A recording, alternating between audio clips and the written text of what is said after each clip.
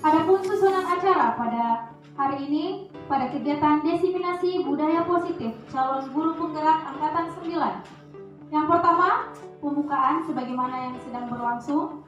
Yang kedua, pembacaan doa. Yang ketiga, menyanyikan lagu Indonesia Raya. Yang keempat, sambutan kepala sekolah atau yang mewakili. Yang kelima, pemaparan materi diseminasi budaya positif. Yang keenam, diskusi. Dan yang ketujuh, penutup.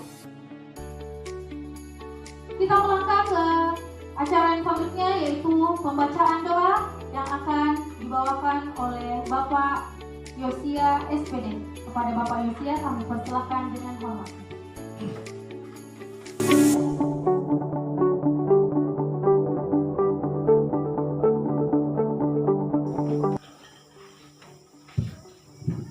Kami ucapkan terima kasih. Acara selanjutnya yaitu menyanyikan lagu Indonesia Raya. Hadirin dimohon berdiri.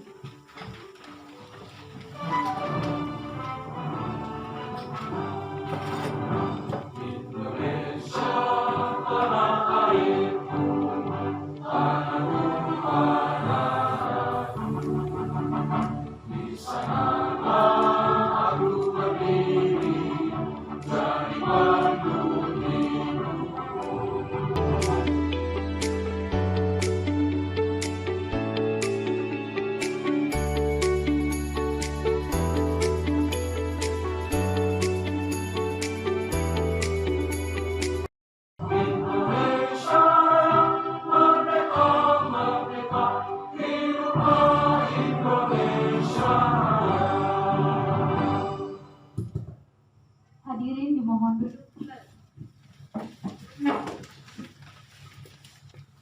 Acara selanjutnya, sambutan kepala sekolah. Dalam hal ini diwakili oleh Wakil Kepala Sekolah Bidang Kesiswaan kepada Ibu Misdar SPD GR. Kami persilahkan dengan hormat.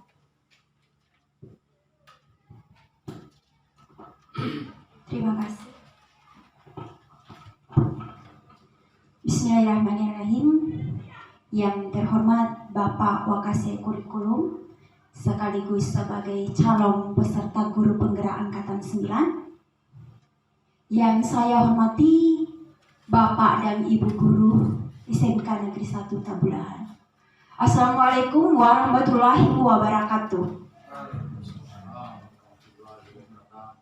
Pertama-tama saya ucapkan permohonan maaf dari Bapak Kepala Sekolah yang seharusnya mendampingi Bapak Gabriel, tetapi karena adanya sesuatu hal sehingga beliau tidak sempat mendampingi dalam pemaparan diseminasi budaya positif.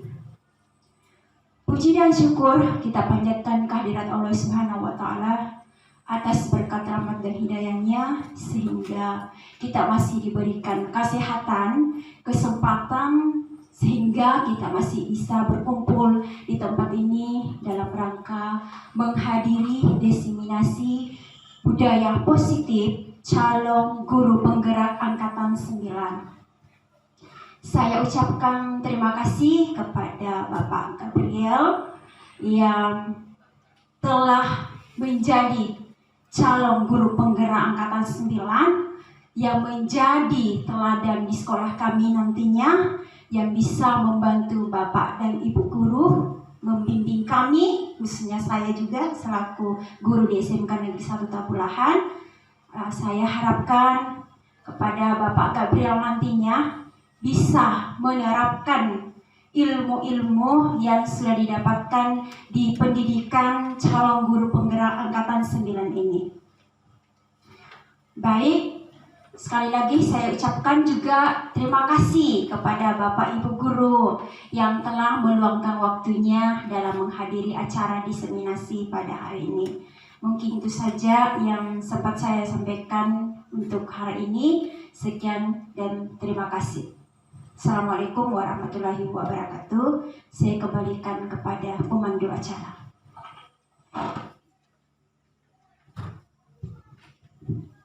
Kami ucapkan terima kasih. Acara selanjutnya yaitu pemaparan materi diseminasi budaya positif oleh Bapak Gabriel Papa B selaku calon guru penggerak angkatan 9. Kepada Bapak kami persilahkan dengan hormat.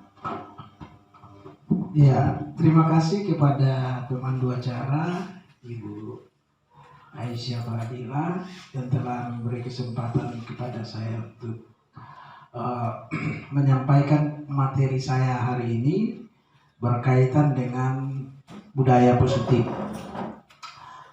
Pada kesempatan ini saya perlu menyampaikan kepada kita semua bahwa sebagai calon guru penggerak angkatan 9 tahun 2023 ini kami mempunyai tugas, yaitu bagaimana kemudian beberapa dari materi yang kami dapatkan selama ini harus kami buktikan, jewalantahkan dalam praktek lingkungan sekolah. Dan kesempatan hari ini adalah salah satu bentuk aksi nyata yang akan kami lakukan dalam lingkungan sekolah kita. Dan saat ini seperti yang ada di hadapan kita, diseminasi budaya positif. Artinya secara sederhana diseminasi di sini menyebarluaskan bagaimana kemudian budaya positif itu dalam lingkungan sekolah kita. Tentu Bapak Ibu sekalian, materi ini berkaitan dengan budaya positif ini tentu kita sudah biasa mendengar, bahkan juga sering mengucapkan, baik itu di lingkungan sekolah kita maupun bersama dengan peserta didik kita dan dimanapun kita berada. Lalu kemudian menjadi pertanyaan sekarang adalah kenapa atau mengapa budaya sekolah itu penting? Ya,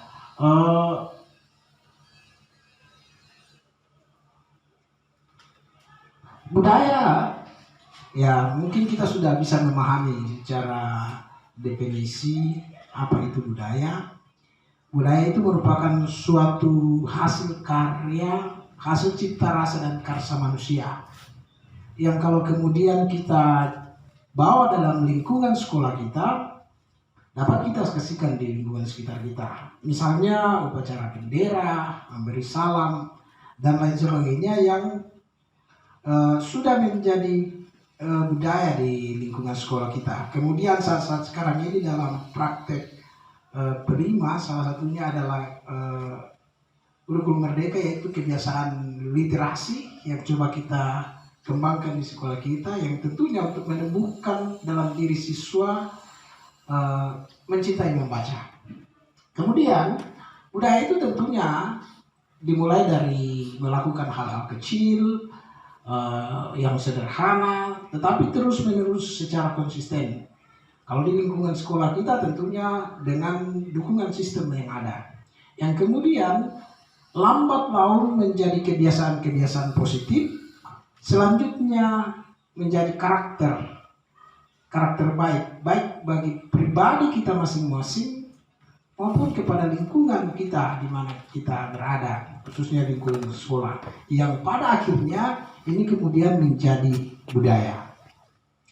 Selanjutnya Bapak Ibu, budaya positif juga adalah nilai-nilai atau keyakinan-keyakinan dan kebiasaan-kebiasaan yang ada di sekolah yang berpihak pada peserta didik, sehingga peserta didik dapat berkembang menjadi pribadi yang kritis, penuh rasa hormat dan tanggung jawab.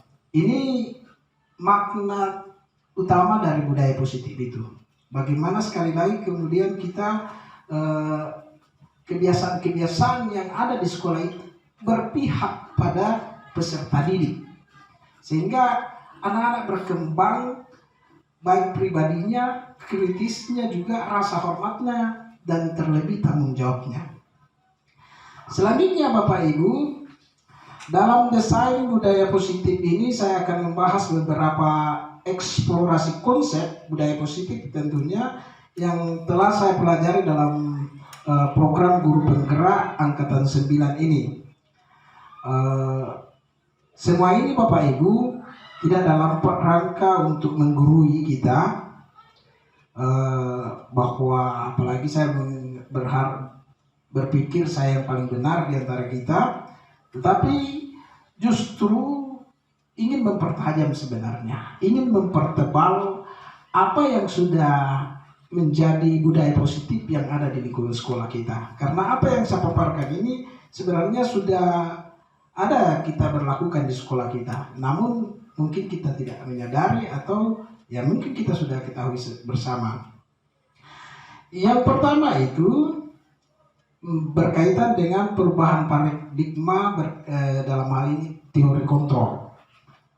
Kemudian ada makna disiplin positif dan nilai-nilai kebajikan. Kemudian ada materi hukuman, konsekuensi, dan restitusi.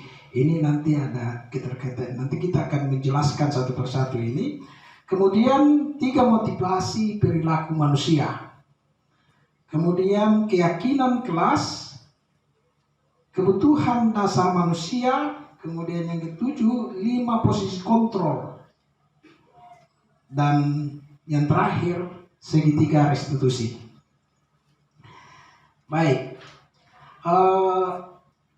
kita melanjut ke yang pertama, perubahan paradigma teori kontrol.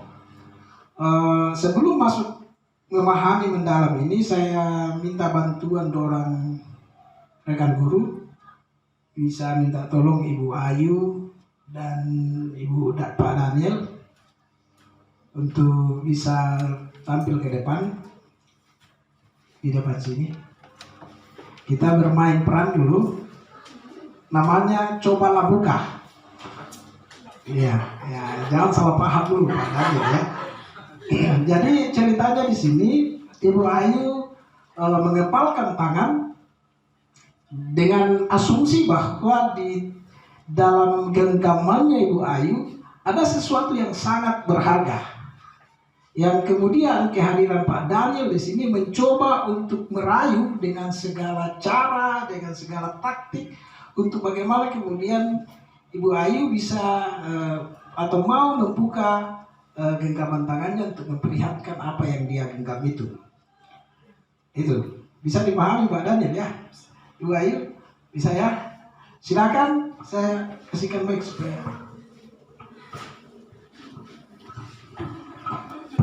Halo Bu Ayu. Apa yang kita genggam itu? Bisa enggak saya lihat? Oh, tidak bisa.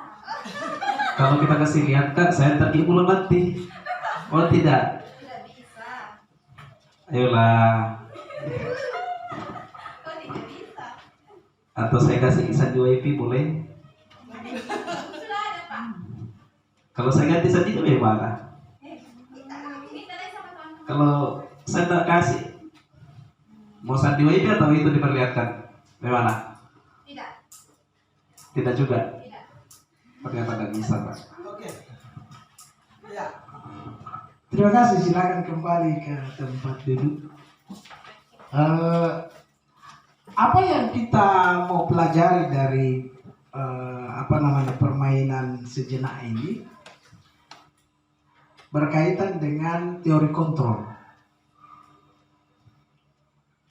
Poin utama sebenarnya Bapak Ibu adalah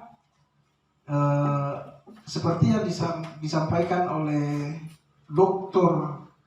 William Glasser, yang selama ini mungkin kita mengalami miskonsepsi ya Bapak Ibu. Poin utamanya adalah ilusi, ya. Pada dasarnya semua itu dari gambaran permainan tadi, bahwa kitalah yang kemudian mengontrol diri kita, bukan dari luar, bukan orang yang mengontrol. Ibu Ayu tidak membuka tangannya itu lebih karena dia yang mengontrol genggamannya itu, apakah dia mau buka atau tidak. Kalaupun pada akhirnya dia buka, itu tetap ada atas dasar kontrol dirinya. Saya mau buka, bukan karena kita, apalagi mau dipaksa dari luar. Yang pertama, bahwa kita berpikir sebagai orang dewasa, ya karena kita mengajar peserta didik yang usianya di bawah kita, sehingga kita memiliki hak untuk memaksa. Poin pertama ini, kita memiliki hak untuk mengatur peserta didik kita. Kita memiliki hak untuk mengontrol kemana arah jalannya. Padahal Bapak Ibu sekalian, tidak sekalipun sebenarnya peserta didik kita melakukan apa yang kita minta. Semua atas kontrol dirinya. Tetap atas kontrol dirinya. Artinya, kalaupun dia mau melakukan apa yang kita lakukan, apa yang kita perintahkan, karena mungkin dia ada faktor lain sehingga dia melakukan. Misalnya karena takut kena hukuman dan lain sebagainya. Tetap atas kontrol dirinya, peserta didik kita melakukan itu. Itu yang pertama. Yang kedua, ilusi bahwa kritik dapat membuat orang merasa bersalah dan dapat menguatkan karakter. Mungkin kita sudah sering juga mendengar istilah zaman dahulu, nanti dikerasi baru jadi orang. Iya kan? Jadi orang tua dulu kita mendidik kita supaya harapannya menjadi orang, menjadi manusia. Kalau istilah sekarang, kalau kita nggak keras sama anak-anak, jadi anak-anak kemudian menjadi lembek. Ternyata itu keliru Bapak Ibu. Hal-hal yang kritik, yang sifatnya membangun, bahkan menjatuhkan tentu, tidak bisa menguatkan karakter Bapak Ibu. Walaupun dalam sekilas kita melihat, oh anak tersebut setelah kita berikan nasihat atau kita omeli, ya mungkin terkesan sadar. Sehingga anak tersebut menjadi tangguh. Tetapi sekali lagi itu hanya ilusi Bapak Ibu. Itu hanya sesaat saja. Ya bisa kita saksikan sendiri di lingkungan sekolah kita ketika kita tegur anak-anak. Mungkin sebentar dia ulang kembali. Karena itu hanya sesaat saja. Selanjutnya, guru mengontrol murid. Ya, kita selama ini mungkin berpikir dengan kita bisa membuat situasi kelas nyaman, ya kan? Situasi kelas diam, dalam hal ini diam karena anak mungkin terkesan takut. Kita buat mereka diam. Padahal sebenarnya Bapak Ibu, dia yang mengontrol dirinya. Anak tersebut itu yang mengontrol dirinya. Dia sendirilah yang secara sadar melakukan hal tersebut. Tentu dengan berbagai motivasi. Mungkin dia ingin karena rasa takut tadi, atau mungkin karena dia ingin kita puji. Oh ini anak, oh betul doa. Dia tenang dalam kelas, tidak mengganggu temannya. Semua kembali kepada anak tersebut, bahwa dia yang kemudian mengontrol dirinya. Selanjutnya, ilusi bahwa penguatan positif, efektif, dan bermanfaat. Tidak selamanya Bapak Ibu penguatan positif itu berefektif atau bermanfaat. Ternyata itu hanyalah ilusi semata juga. Tidak selalu kita mengucapkan secara verbal kepada anak murid kita bisa berdampak efektif. Mungkin hanya sesaat saja dapat bekerja, namun ternyata dalam jangka panjang hal tersebut kurang efektif. Seperti yang saya katakan tadi, hari ini kita nasihati anak kita, peserta didik kita, bahwa ya kalau kamu tidak terbiasa dengan datang terlambat dan lain sebagainya, itu akan berpengaruh di masa depan kamu. Mereka tidak akan sampai ke sana. Pada akhirnya mereka akan mengulang kembali itu. Dan itu sekali lagi, walaupun kita sampaikan itu penguatan positif sebenarnya, atau hal-hal yang positif yang ingin kita sampaikan ke anak-anak, tetapi ternyata itu tidak, itu hanya ilusi. Ya, poin utamanya adalah ilusi.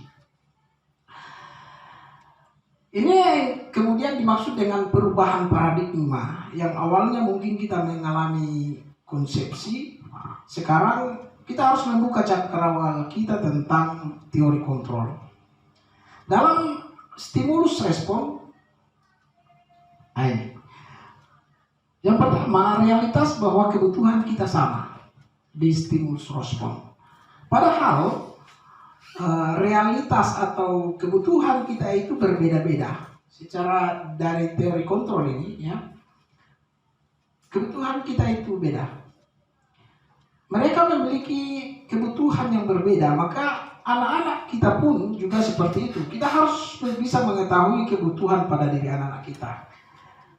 Tidak melulu walaupun anak dengan lingkungan yang sama, rentang usia yang sama, jenjang kelas yang sama, memiliki kebutuhan yang sama. Tentu tidak, mereka memiliki kebutuhan yang berbeda, Bapak Ibu. Yang kedua, melalui teori stimulus respon dikatakan bahwa semua orang melihat hal yang sama. Semua orang melihat yang sama. Padahal Bapak Ibu, setiap orang memiliki gambaran yang berbeda.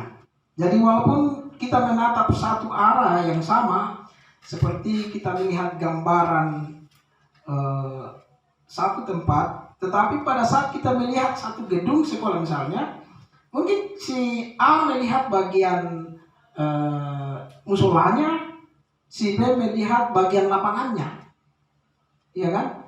Atau si A melihat ruang kelas, si B melihat papan tulis saja. Artinya kita tidak bisa menyamaratakan. Itu teori kontrol mengatakan setiap orang memiliki gambaran yang berbeda-beda. Selanjutnya Bapak Ibu, kita mencoba mengubah orang agar berpandangan sama dengan kita. Padahal di teori kontrol, sebaiknya kita berusaha memahami pandangan orang lain tentang dunia ini. Jika kita mempunyai suatu prinsip dan orang lain pun mempunyai prinsip, tidaklah tentunya kita berhak menyalahkan prinsip orang lain tersebut. Kitalah yang harus memahami bahwa setiap orang memiliki pandangan yang berbeda. Selanjutnya, yang keempat, pada stimulus respon dikatakan bahwa perilaku buruk dilihat sebagai suatu kesalahan. Iya kan? Sedangkan di teori kontrol, semua perilaku itu memiliki tujuan. Anak-anak kita terlambat, anak-anak kita ribut di kelas, sebenarnya itu ada tujuannya. Dalam hal ini, mungkin yang sering kita lihat di kelas, jika anak yang berperilaku tidak baik, atau dia nakal, dan lain sebagainya, itu pasti dia memiliki alasan dan tujuan kenapa anak itu bisa melakukan hal itu. Ya, seperti tidak melulu jika anak melakukan sesuatu hal yang di luar jalurnya adalah sebuah kesalahan. Apalagi anak-anak yang masih butuh arahan dan bimbingan kita sebagai guru untuk kemudian menuntun mereka ke jalan yang lebih baik. Jadi saya punya pengalaman Bapak Ibu, waktu sudah alumni siswa kita ini, di setiap kelas dia selalu mengganggu temannya. Ternyata setelah dipelajari, dia ada sekitar 6-7 bersaudara. Dia anak keempat kalau tidak salah. Dia tidak mendapat perhatian lebih dari keluarganya. Lalu dia ungkapkan itu di lingkungan sekolah. Dengan dia mengganggu temannya, berharap dia mendapat perhatian dari guru. Dan betul dia mendapat perhatian dari guru. Sehingga pendekatan yang saya lakukan saat itu, setiap saya bertemu, saya menyapa dia, paling tidak saya sapa dia. Kemudian saya paling hal-hal kecil, saya suruh dia angkatkan tas saya. Karena memang dia butuh perhatian ternyata. Bukan sebuah kesalahan harusnya kita melihat itu. Walaupun memang jelas bahwa kalau mengganggu temannya, pasti asumsinya akan mengganggu ruang kelas itu sendiri. Dan ya kebanyakan kita, guru-guru masa lalu, pasti melihat itu sebagai sebuah kesalahan. Kemudian yang kelima adalah orang lain bisa mengontrol saya. Padahal pada teori kontrol hanyalah kita lah yang bisa mengontrol diri kita sendiri, Bapak Ibu. Ya. Sekali lagi seperti contoh tadi yang dimainkan oleh Pak Daniel dan Ibu Ayu, kita lah yang kemudian yang bisa mengontrol diri kita sendiri, bukan orang lain yang orang lain yang mengontrol kita. Apapun itu, dalam bentuk apapun, hanya diri kita lah yang bisa mengontrol diri kita sendiri. Sekalipun seorang guru atau seorang ayah atau di rumah ibu kepada anaknya, tidak bisa seorang ibu mengontrol anaknya. Tetap pada akhirnya anaklah yang mengambil keputusannya untuk mengikuti atau tidak mengikuti nasihat atau arahan dari orang tuanya. Kalau di sekolah ya tentu kita dulu. Yang keenam Bapak Ibu, saya bisa mengontrol orang lain. Di teori kontrol, kita tidak bisa mengontrol orang lain sebenarnya. Sama ya, tetap orang lain yang tidak bisa mengontrol kita. Kita pun tidak bisa mengontrol orang lain. Meskipun mungkin kita melontarkan suatu perkataan atau pernyataan kepada orang lain yang bertujuan agar orang tersebut menurut dengan perintah kita. Lalu saat dia melaksanakannya, kita beranggapan, oh saya bisa mengontrol orang tersebut. Padahal tidak sekalipun orang tersebut melakukannya sebenarnya. Semua itu atas kontrol dirinya. Dia melakukannya bisa saja karena dia menghargai kita. Dia mau melakukannya karena ingin mendapatkan sesuatu. Tetap kembali bahwa dialah yang mengontrol dirinya. Walaupun sekali lagi kita menyatakan menyuruh seseorang itu dengan tujuan yang baik, tapi pada akhirnya dia melakukan atau tidak kembali kepada kontrol dirinya. Dan poin terakhir di perubahan paradigma ini Bapak Ibu, stimulus respon model berpikir adalah menang kalah, yang kemudian mempengaruhi merasa menang, yang terpengaruhi dianggap kalah. Padahal tidak pada teori kontrol. Semuanya adalah berpikir menang-menang. Karena semua yang dilakukan adalah atas kontrol diri kita sendiri. Baik buruknya hal yang terjadi pada diri kita, kita semua Bapak Ibu Guru, adalah murni atas kontrol kita sendiri. Kita tidak bisa menyalahkan orang lain jika ada hal buruk kemudian terjadi pada diri kita. Iya kan? Selanjutnya Bapak Ibu, makna disiplin.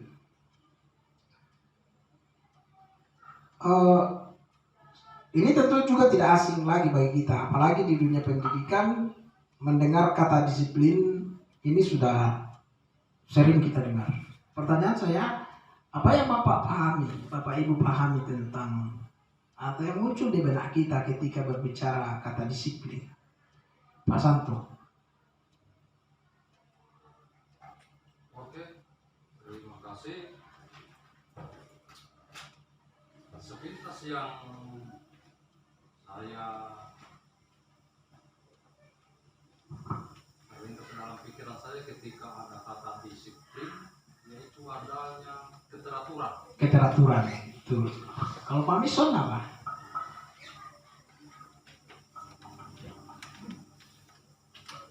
Yang muncul itu ya aturan yang langsung terbentang dalam rangka Ya, aturan yang betul. Disiplin. Oh, aturan. Ibu Ayu apa? Kalau Ibu Ayu? Kalau saya taat pada aturan. Taat pada aturan. Iya. Betul sekali Bapak Ibu. Asumsi kita ketika mendengar kata disiplin itu ujung-ujungnya adalah aturan atau tata tertib. Tidak jauh dari situ. Ya, sesuai aturan, mengikuti aturan, tepat waktu. Nah, itu semua yang kemudian asumsi disiplin itu bisa muncul dalam benak kita. Dikatakan di sini Bapak Ibu oleh Bapak Pendidikan kita Ki Hajar Dewantara menyatakan bahwa di mana ada kemerdekaan, disitulah harus ada disiplin yang kuat. Sungguh pun disiplin itu bersifat self-disiplin, yaitu kita sendiri yang mewajibkan kita dengan sekeras-kerasnya, tetapi itu sama saja. Sebab jikalau kita tidak cakap melakukan self disiplin, ya, wajiblah penguasa lain mendisiplinkan kita. Dan peraturan demikian itulah harus ada dalam suasana yang merdeka. Dalam hal ini dikatakan bahwa disiplin itu adalah keyakinan diri kita sendiri, Bapak Ibu. Jika kita tidak mendisiplinkan diri kita sendiri, maka orang lainlah yang kemudian akan mendisiplinkan kita. Selanjutnya, teori yang disampaikan oleh Dian Hosen bahwa disiplin itu berasal dari bahasa Latin atau yang disebut disiplina, yang artinya belajar. Kata disiplina ini juga berasal dari akar kata yang sama dengan disiplin atau murid, pengikut. Untuk menjadi seorang murid atau pengikut, seorang harus paham betul alasan mengapa mereka mengikuti suatu aliran atau ajaran tertentu, ya kan? Sehingga motivasi yang terbangun adalah motivasi intrinsik, bukan ekstrinsik.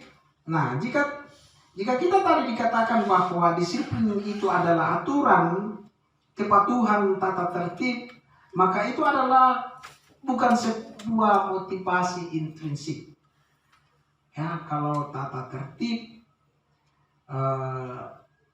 aturan, kepatuhan terhadap aturan itu bukan motivasi intrinsik, tetapi motivasi ekstrinsik.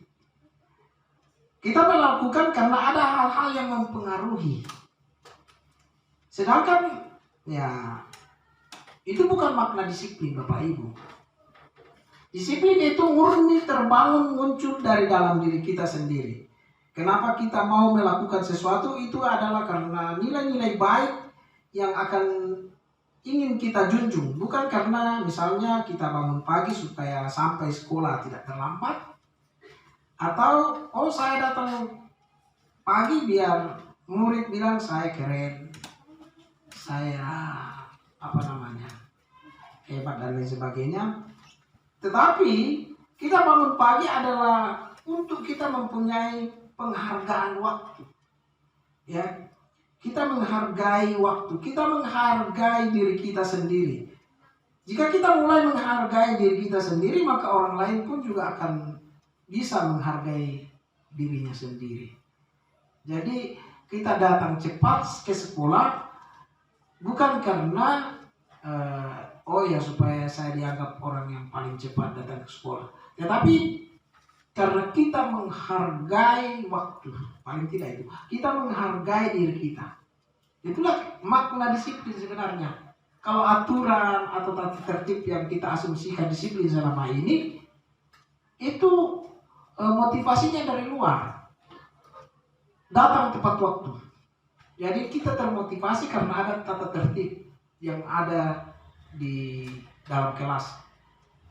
Yang seharusnya makna disiplin itu muncul dari dalam diri kita. Misalnya kita hadir di sekolah tepat waktu karena kita menghargai diri kita, kita menghargai profesi kita menghargai waktu dan lain sebagainya. Itu sebenarnya makna disiplin. Kita berpakaian rapi, sopan adalah karena untuk menghargai diri kita sendiri, bukan untuk pengakuan dari orang lain ataupun menghindari, apalagi kalau menghindari hukuman, ya kan?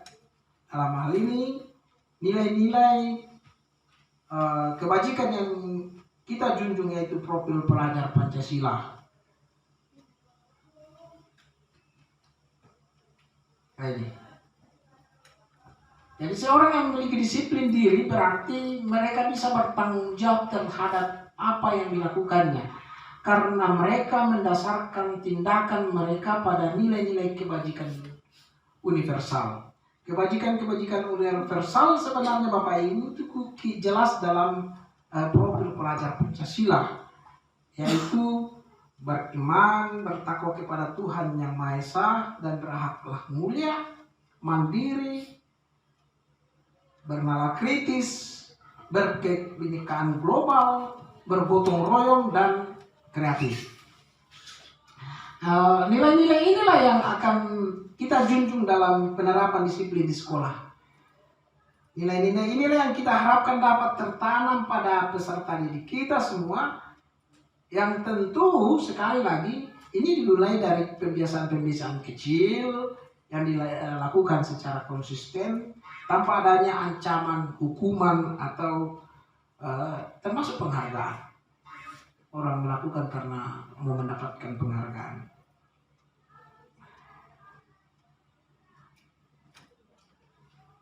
Ya.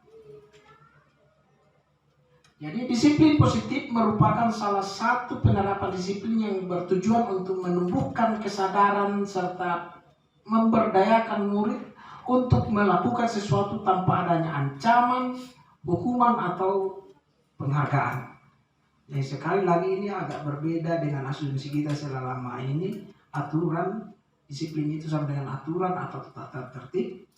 Yang sebenarnya ya, disiplin positif itu menumbuhkan kesadaran muncul dari dalam diri kita tanpa adanya ancaman yang muncul dari tata tertib itu sendiri, hukuman ataupun juga penghargaan.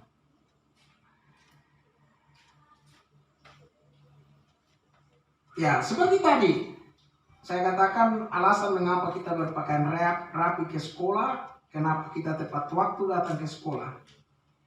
Ini adalah yang pertama, ya, 3 motivasi perilaku manusia. Untuk menghindari tindakan ketidaknyamanan atau kehukuman. 3 motivasi perilaku manusia. Terkadang manusia itu, ya, ini ekstrinsik ya dari luar, untuk menghindari ketidaknyamanan. Orang melakukan sesuatu karena menghindari ketidaknyamanan atau hukuman. Mungkin ini sering kita lihat di sekolah kita. Anak-anak datang tepat waktu karena menghindari hukuman, suruh menyapu dan lain sebagainya. Ya, memakai seragam lengkap, memakai sepatu yang sesuai dengan aturan sekolah, itu sebenarnya lebih kepada takut karena hukuman. Karena sudah menjadi tata tertib sekolah dan seterusnya. Kenapa mereka harus berpakaian rapi? Nilai-nilai apa yang mereka junjung dengan mereka berpakaian seragam yang rapi? Bukan untuk menghindari hukuman semata. Itulah Bapak Ibu tugas kita sebagai guru di dalam kelas, di sekolah, tentu untuk terus menanamkan nilai-nilai yang baik. Sehingga motivasi intrinsik dalam diri anak itu kemudian bisa muncul. Bukan karena menghindari hukuman, ketidaknyamanan. Kedua, ini juga masih motivasi intrinsik untuk mendapatkan imbalan atau penghargaan dari orang lain. Nah, sebagai contoh misalnya ada dari kita yang ingin mengikuti suatu kegiatan, biar dibilang guru yang rajin, ya kita mengikuti kegiatan itu, ya kan, untuk mendapatkan penghargaan. Kita yang kayak saya lakukan saat sekarang ini, saya mengikuti kegiatan guru penggerak ini, mungkin bisa saja muncul dalam diri saya karena untuk mendapat penghargaan, ya kan. Nah, itu yang paling sering terjadi, itu juga terjadi dalam diri kita. Kita mengerjakan sesuatu biar kita mendapatkan reward, ya. Misalnya anak-anak kita, ya, melakukan itu untuk mendapatkan reward dari kita. Ya, hal-hal baik yang mereka lakukan itu yang mendasarkan untuk melakukan tersebut masih kurang ideal, Bapak Ibu. Yaitu demi mendapatkan imbalan, penghargaan atau reward. Kembali lagi bahwa kemudian ini peran kita, ya. Sekali lagi ini kembali kepada kita. Disinilah kita menanamkan kepada didik kita kenapa kita harus tepat waktu mengerjakan tugas misalnya. Bukan karena mau dikasih hadiah dari Pak Jerry, kalau misalnya anak-anak tepat waktu mengerjakan. Tetapi bagaimana mereka kemudian menghargai diri mereka bahwa mengerjakan tugas itu ya untuk kepentingan saya, ya kan? Kenapa kita sebagai guru harus mengikuti pelatihan bukan hanya karena demi pujian semata, tetapi untuk diri kita sendiri menjunjung tinggi nilai-nilai kebajikan yang kita pelajari bersama. Kemudian yang ketiga itu motivasi intrinsik, di mana motivasi ini adalah agar anak-anak menjadi apa yang mereka inginkan dan menghargai diri mereka sendiri dengan nilai-nilai yang mereka percaya. Dalam tahap ini, anak-anak melakukan sesuatu bukan tanpa ada paksaan, atau bukan karena takut dengan hukuman, atau bukan karena demi mendapatkan imbalan. Tetapi mereka sadar bahwa jika mereka melakukan hal tersebut, ada nilai-nilai kebajikan yang mereka lakukan. Mereka sadar jika mereka melakukan hal tersebut adalah sebagai hal yang baik untuk menghargai dirinya sendiri sebagai seorang individu.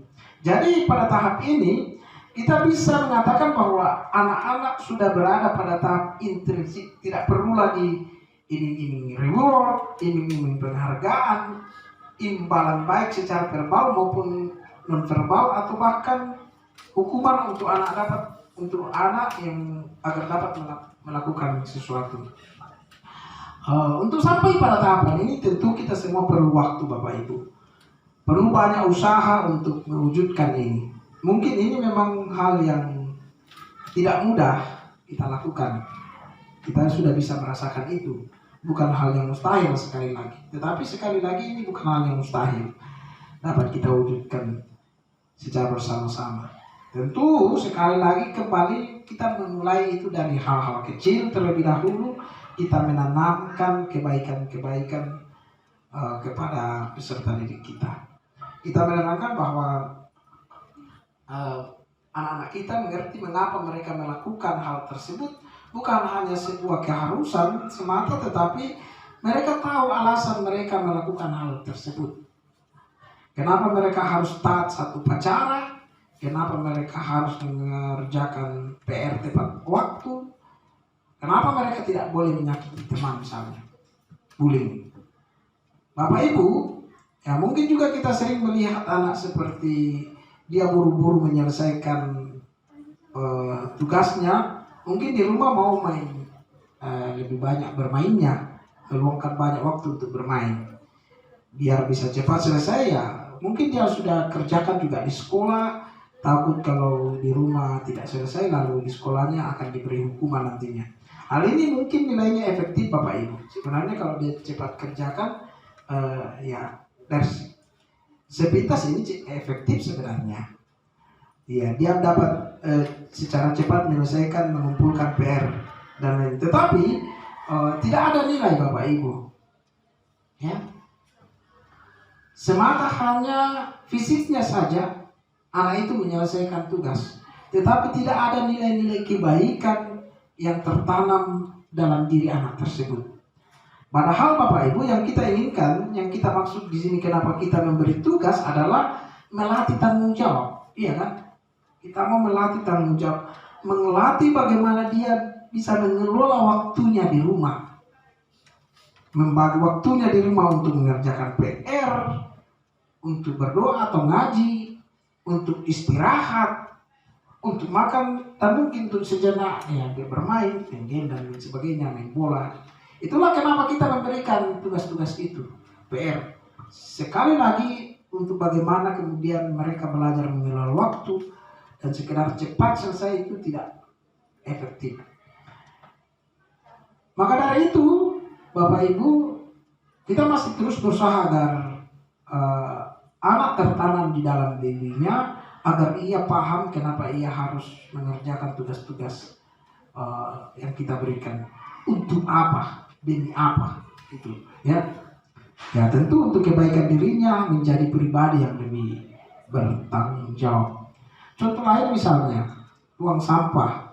Ketika beberapa siswa tanpa dipengaruhi oleh pihak manapun, baik oleh guru di kelasnya ataupun teman-temannya, ia memungut sampah itu lalu membuang sampah itu di mana sampah tersebut. Di mana sampah itu bukan sampahnya sebenarnya, mungkin sampahnya temannya, dia tetap kumpul itu yang dibuat oleh mereka ini melainkan sampahnya teman, tetapi mereka sadar dengan nilai-nilai kebersihan. Dengan dia sadar kalau saya membuang sampah, ya saya bisa belajar dengan nyaman. Kalau saya membuang sampah tersebut di tempatnya, ya lingkungan tentu menjadi bersih, terhindar dari penyakit. Nah, motivasi inilah yang kita inginkan Bapak Ibu, yang muncul dalam diri peserta didik agar mereka melakukan sesuatu hal yang baik, dan itu muncul dari dalam dirinya sendiri, bukan dari pengaruh temannya atau dari kita sebagai guru yang kemudian misalnya kita akan menghukum kalau anak-anak tidak memungut sampahnya, atau pengaruh berupa reward atau penghargaan bagi anak-anak yang mau membersihkan lingkungannya. Jadi harapan kita berusaha semoga anak kita, peserta didik kita itu memiliki motivasi intrinsik, terutama pada alasan mereka untuk belajar. Karena mungkin sebagian besar anak kita ini, peserta didik kita ini masih beranggapan bahwa belajar adalah sebuah kewajiban. Iya kan? Belajar adalah sebuah kewajiban.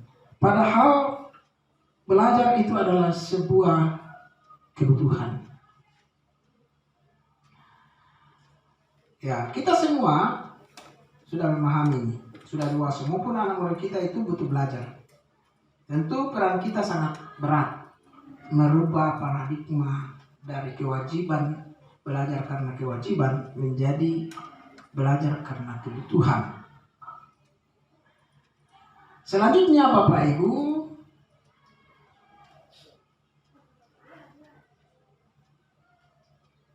kita masuk di poin hukuman, konsekuensi, dan restitusi. Nah ini.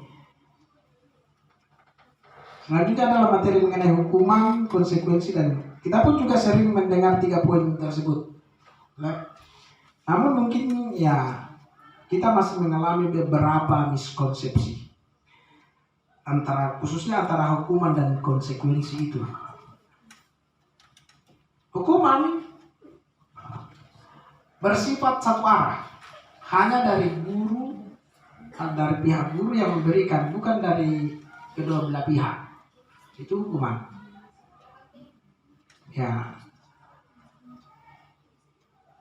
Dalam hal ini bukan diketahui oleh guru dan murid, tetapi hanya guru saja. Sedangkan di konsekuensi adalah sesuatu yang sudah disepakati dengan murid. Jadi murid tahu hal tersebut dan murid pun paham. Jika ia melanggar hal tersebut, maka ia akan melakukan konsekuensi yang sudah disepakati. Misalnya kalau terlambat konsekuensinya ya hukuman, suruh membersihkan, itu konsekuensi. Tapi kita sudah ada kesepakatan. Jadi makna konsekuensi di sini lebih kepada sudah ada kesepakatan sebelumnya terhadap sebuah aturan misalnya. Sementara hukuman itu lebih kepada satu arah. Kita pun memberikan hukuman. Konsekuensi itu ya sudah ada kesepakatan. Seorang anak melakukan pelanggaran sudah tahu konsekuensinya apa. Itu makna konsekuensi. Sedangkan restitusi adalah bukan untuk menebus suatu kesalahan, namun untuk belajar dari kesalahan. Nah, di sini kita melihat poin besarnya Bapak Ibu adalah menanamkan pendewasaan kepada murid kita. Mudah-mudahan kelihatan, bukan untuk menebus kesalahan, namun untuk belajar dari kesalahan. Jadi anak-anak kita ini kalau dari sisi hukuman bersifat satu arah, konsekuensi itu ya sudah ada kesepakatan sebelumnya. Ketika pelanggaran itu maka dengan sendirinya akan mendapat hukuman. Anak-anak sudah tahu itu. Sementara restitusi ya ketika melakukan suatu pelanggaran bukan untuk menebus kesalahan. Jadi apa yang dia lakukan itu bukan untuk menebus kesalahan, tetapi untuk belajar dari kesalahan. Ya, di sekolah kita ini kita sudah bisa menanamkan restitusi tentunya, karena kita sudah bisa berdiskusi dengan peserta didik kita. Sedangkan hubungan itu tanpa melalui kesepakatan, ya. Kalau konsekuensi itu ya sekali lagi itu berdasarkan kesepakatan. Namun setelah ia menjalankan konsekuensi tersebut, ya pada akhirnya ia akan kembali ke lingkungan yang semula. Sering terlambat dihukum membersihkan, makanya setiap hari selalu ada hukuman membersihkan. Karena setelah konsekuensi itu diterapkan, maka anak-anak akan kembali lagi ke terlambat itu, iya kan? Dengan restitusi kita memperbaiki hubungan mereka. Lalu restitusi adalah sebuah tawaran, bukan paksaan. Ya, jadi kita berfokus pada solusi. Perbedaannya dengan hukuman adalah kita hanya fokus memberikan saksi kepada anak agar jerah, tetapi di restitusi ini kita fokuskan adalah bagaimana murid tersebut bisa memberikan solusi atas permasalahan yang ia timbulkan sendiri. Jadi bersama-sama kita menyelesaikan permasalahan. Ini restitusi, ya. Jadi kita bersama-sama menyelesaikan permasalahan. Selanjutnya, hukuman bisa berupa fisik maupun psikis. Yang bisa dengan menghukum, menyuruh, misalnya pusap ataupun dengan kata-kata yang menyakitkan, tentu itu tidak baik kita lakukan sebagai pendidik. Sementara di konsekuensi, ya, berdasarkan suatu data yang umumnya dapat diukur. Hal ini dimaksudkan seperti misalnya seorang anak yang terlambat masuk ke kelas setelah istirahat. Nah, dia harus menebus keterlambatannya itu 5 atau 10 menit, lalu ia bisa pulang. Itu konsekuensi, kan ada kesepakatan di dalamnya. Siapa yang terlambat, dia harus hitung terlambatnya itu, lalu dia tutupi nantinya. Lalu di restitusi ini adalah kita mengembalikan murid yang berbuat salah pada kelompoknya. Mungkin sering kita melihat ada beberapa, misalnya ada anak yang terlambat, kita pisahkan dengan teman-temannya yang tidak terlambat. Lalu mereka mungkin kurang dari 15 sampai 30 menit tidak dengan teman-temannya. Jadi mereka dipisahkan. Tentu bukan hal yang baik sebenarnya Bapak Ibu dilakukan sebagai orang tua. Di sini pun saya juga masih belajar, ya, dengan Bapak Ibu guru semua. Untuk kita bagaimana menerapkan restitusi ini secara optimal di sekolah kita, agar tentunya kita bisa memerdekakan anak kita bisa mengajarkan anak kita untuk mencapai kodratnya.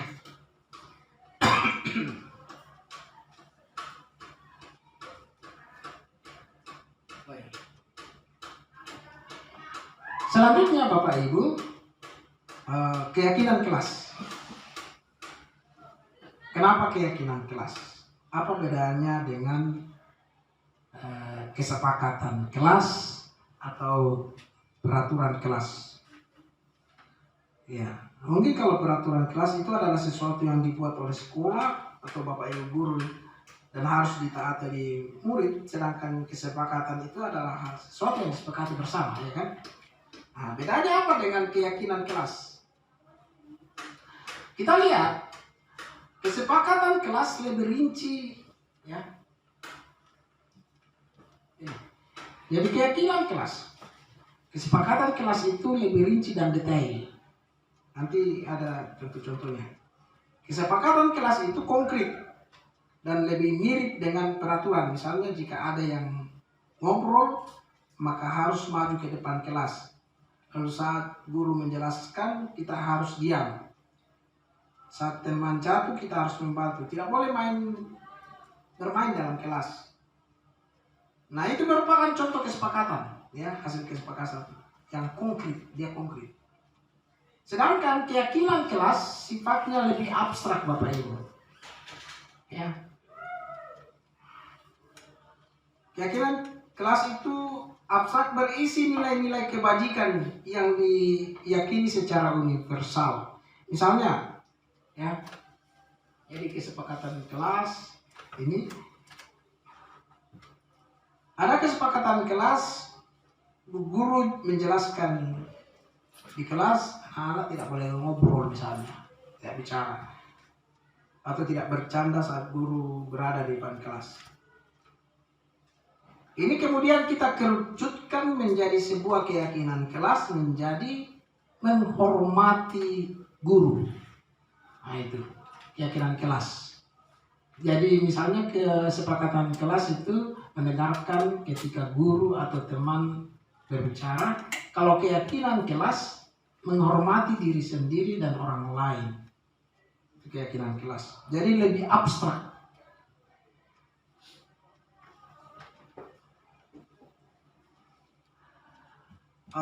Terus nilai-nilai kebajikannya adalah kebajikan universalnya adalah yang disepakati secara tersirat dan tersurat, lepas dari latar belakang tentunya suku, negara, bahasa maupun agama.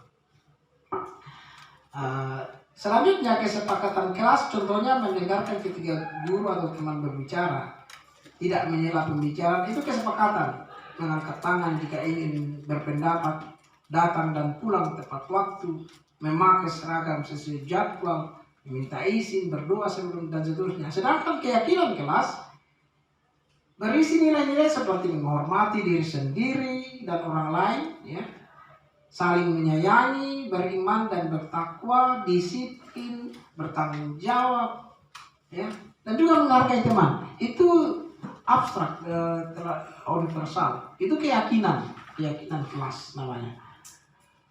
Jadi untuk mewujudkan budaya positif, ya, dapat ini ya tentu dimulai dari kita sendiri di dalam kelas dengan membentuk peraturan kelas atau kesepakatan kelas bersama, lalu keyakinan kelas, lalu menjadi lingkungan positif dan pada akhirnya menjadi budaya positif. Untuk menjadi sebuah budaya positif, kembali saya tekankan Bapak Ibu, ya, dimulai sejak awal. Dari hal-hal kecil secara konsisten dan terus-menerus kita lakukan menjadi karakter dan pada akhirnya budaya. Ya. Baik, selanjutnya kita masuk dalam 5 kebutuhan dasar manusia. Yang pertama, kebutuhan bertahan hidup. Kebutuhan bertahan ini berkaitan dengan filosofi kita mengenai kesehatan, ya kan? Kebutuhan untuk memenuhi rasa lapar dan juga rasa aman, terhindar dari hujan misalnya, panas, sehingga kita membutuhkan rumah tempat tinggal. Yang kedua adalah kebutuhan kasih sayang dan rasa diterima. Kita pun peserta didik kita pun butuh untuk bersosialisasi, butuh untuk memberi dan menerima kasih sayang, butuh untuk merasa menjadi bagian dari suatu kelompok, butuh juga dianggap, ya kan? Kemudian kebutuhan penguasaan, yaitu pengakuan akan kemampuannya setiap dari kita, tentu merasa ingin dihargai, ingin dianggap kemampuannya mumpuni. Begitupun juga dengan peserta didik kita. Ingin dianggap berharga. Ingin dianggap bisa membuat sesuatu yang berbeda. Dianggap bisa kompeten dan diakui. Serta dihormati. Itu kebutuhan penguasaan. Selanjutnya, kebutuhan kebebasan, yaitu anak ini butuh akan pilihan yang mereka putuskan sendiri. Mereka butuh kemampuan untuk mengendalikan arah hidup dia. Perlu banyak bergerak, perlu banyak mencoba, dan tidak terpengaruh dari orang lain.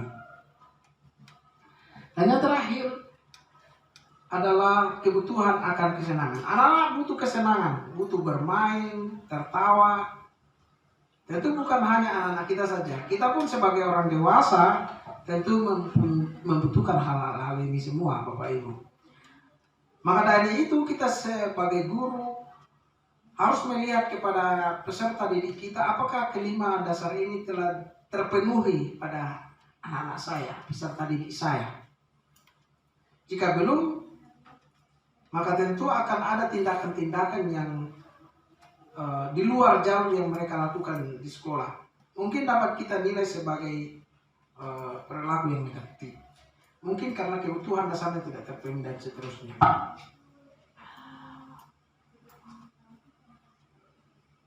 Oke, mungkin ini bisa memperjelas. Ada siswa yang marah atau geram karena gambarnya tidak rapi. Tapi guru malah menunjukkan ke teman-temannya. Ya, sudah gambarnya tidak rapi, tidak bagus. Guru malah memperlihatkan itu kepada teman. Ini dia akan merasa ada yang ternodai, ya, ternodai kebutuhannya. Apa itu? Pengakuan Bapak Ibu. Padahal dia ingin dianggapnya bagus, pekerjaannya bagus, tetapi karena gambar tidak rapi di depan kelas kemudian ditunjukkan, yang pada akhirnya anak tersebut malah marah. Itu.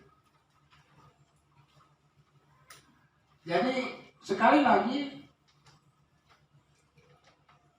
kita pun orang dewasa membutuhkan sama dengan peserta didik kita ini tentang 5 kebutuhan dasar manusia. Selanjutnya 5 posisi kontrol.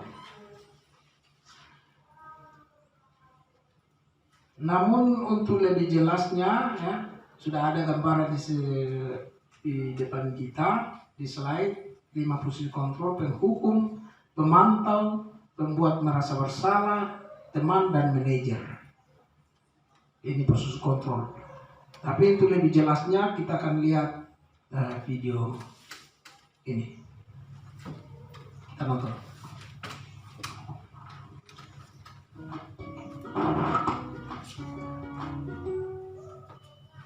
Salam bahagia Ibu dan Bapak guru hebat. Dalam penerapan disiplin positif restitusi, salah satu program yang dikembangkan adalah 5 posisi kontrol.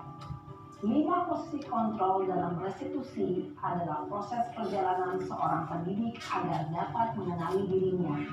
Pada video kali ini, kita akan membahas tentang 5 posisi kontrol yang dikembangkan oleh Diane Rosen dan contoh penerapannya.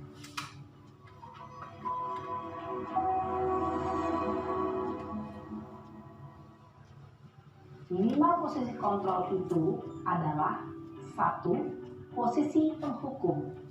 2. Posisi pembuat merasa bersalah. 3. Posisi teman. 4. Posisi pemantau atau monitor. Dan 5. Posisi manajer. Untuk lebih memahami kelima posisi tersebut, mari kita saksikan kasus Naren yang terlambat hadir 20 menit di sekolah dan melihat bagaimana kelima posisi kontrol dalam menghadapi masalah tersebut.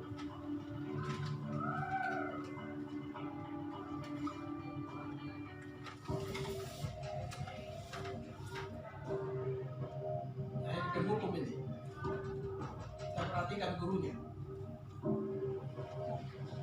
Naren, sini kamu. Siapa yang biasa begini nih? Kamu terlambat. Kamu deh, pasti terlambat. Maaf Bu, saya Apa? Apa coba? Alasan kamu apa lagi? Kapan sih kamu tidak terlambat? Malas sekali ya kamu jadi anak. saya Dasar pemalas. Gak kapok-kapok sih kamu. Sudah berapa kali terlambat? Sana, kamu keliling lapangan basket 2 kali. kenapa saya harus ke lapangan basket Bu? Kenapa? Kamu melawan ibu? Berani-beraninya jawab sudah terlambat, masih berani jawab pula. Sekarang keliling lapangan basket 5 kali sekalian, biar kapok. Cepat, pergi sana ke lapangan basket. Posisi penghukum penghukum biasanya berbicara dengan nada tinggi, menghardik, menunjuk-nunjuk, menyakiti, dan menyindir. Hukuman bisa berupa fisik maupun psikis. Ibu dan bapak guru hebat. Dampak yang terjadi pada murid ketika guru berada pada posisi penghukum adalah murid cenderung akan memberontak, bahkan menyimpan dendam.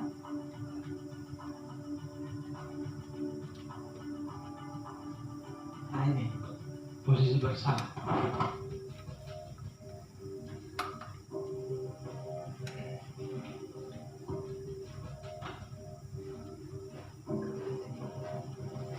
Naren,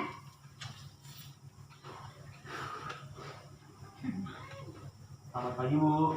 Naren, kamu kenapa terlambat lagi, nak? Ya Tuhan, Naren, kamu senang ya bikin ibu susah ya? Kalau kamu terlambat lagi, nanti ibu yang ditegur bapak kepala sekolah, nak. Disangka ibu tidak bisa membina kamu. Duh, gimana ini? Bikin bersalah. Maaf, Bu. Duh, Gusti Naren, kamu suka ya kalau ibu ditegur bapak kepala sekolah? Terus, sekarang ibu harus tulis apa ini di buku absen? Ini kamu sudah sering terlambat loh. Ibu harus apa coba? Maaf, Bu. Maaf sekali. Ya sudah, lain kali jangan bikin ibu susah lagi ya nak ya. Ibu tidak akan kuat lagi kalau kamu begini terus. Bisa jantungan kalau ibu ditegur bapak kepala sekolah. Sana cepat ke kelas. Maaf ya, Bu. Maaf sekali. Posisi pembuat rasa bersalah berbicara dengan nada tenang, cenderung lembut. Namun kata-kata yang diutarakan membuat murid merasa menjadi orang yang gagal, memandang buruk dirinya sendiri, merasa tidak berharga, dan tidak sanggup membahagiakan orang lain. Ketika guru mengambil posisi pembuat rasa bersalah, murid akan menganggap dirinya yang bersalah dan ia akan menyimpan emosi negatif tersebut di dalam dirinya. Bisa kan biasa kita membersihkan diri seperti ini.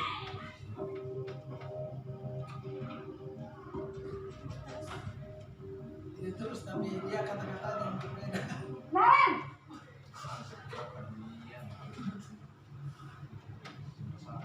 Selamat pagi, Bu. wah sudah jam berapa ini nak? Terlambat lagi ya sayang. Iya, Bu. Habis ibu saya lupa bangunkan saya, Bu. Kamu malah menyalahkan ibu kamu. Kamu bukannya anak yang larinya paling kencang. Kok terlambat sih? Iya, Bu. Saya memang terlambat bangun tadi. Jadi, biarpun saya lari kencang, tetap gak kekejar, Bu. Ya sudah sana. Nanti lain kali larinya lebih kencang lagi ya. Biar gak terlambat lagi. Bikin seneng ibu. Demi ibu. Bisa kan?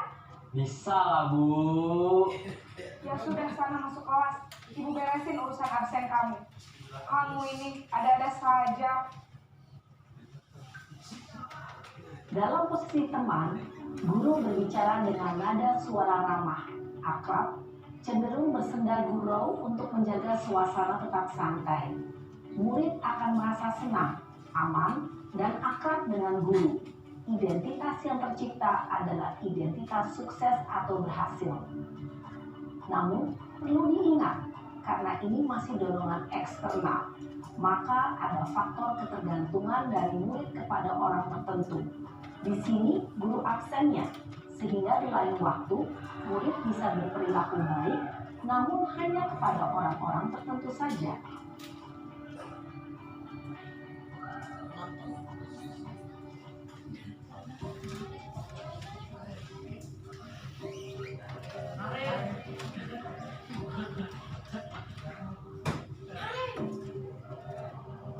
Naren!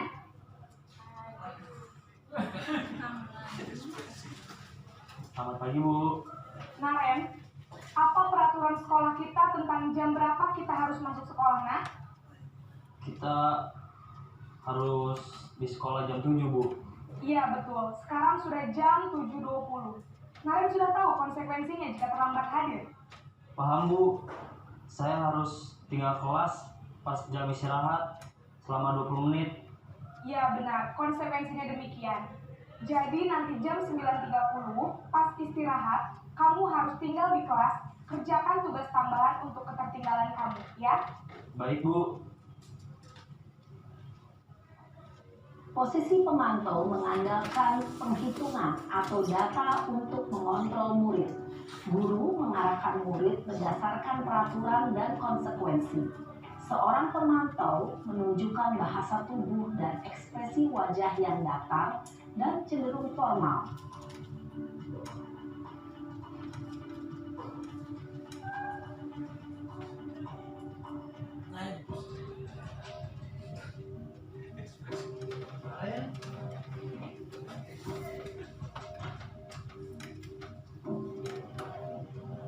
Naren!